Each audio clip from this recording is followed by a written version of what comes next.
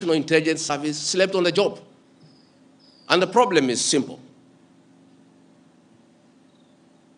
The Director General of the National Intelligence Service, Noordin Haji, was a junior officer in the National Intelligence Service before he was appointed as DPP.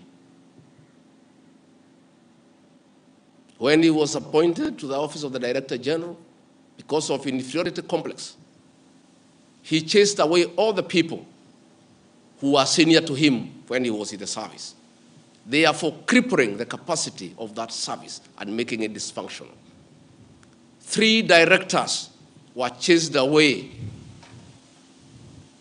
and reassigned to desk jobs in ministries across government. 13 assistant directors, men and women with proven track record of intelligence collection and analysis, were removed from the National Intelligence Service, leaving a shell under a clueless Director General who has no capacity to run the organization.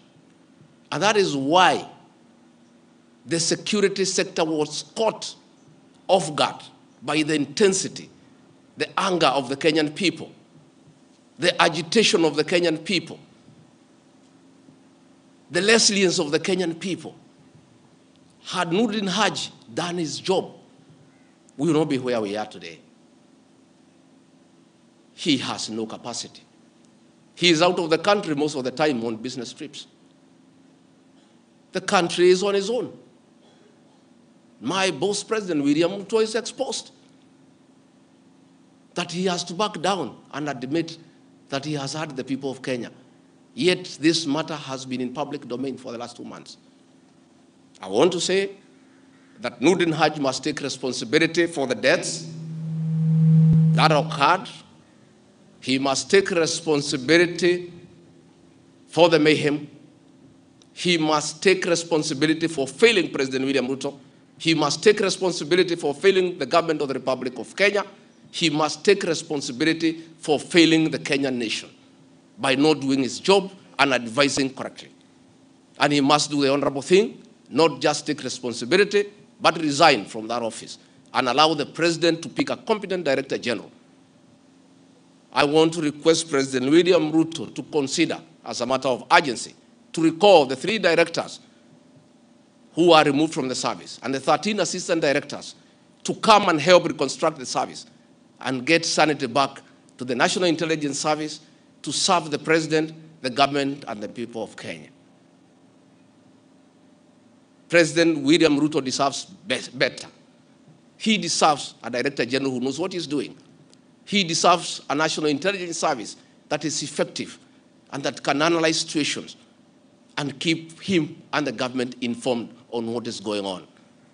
It is embarrassing to me as Deputy President that it has taken protests, deaths, mayhem, destruction for the president to know the truth. Yet there is an organization charged with that responsibility.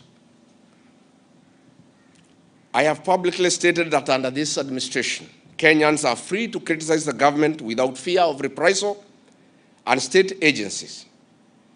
This was a promise made by both the president and I when we were sworn in.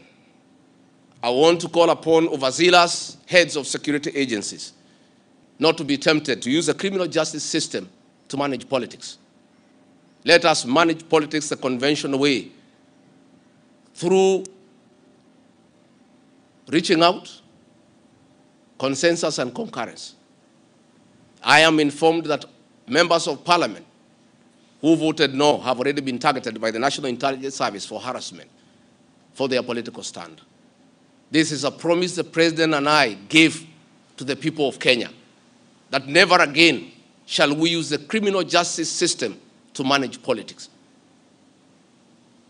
I want to say that the president and I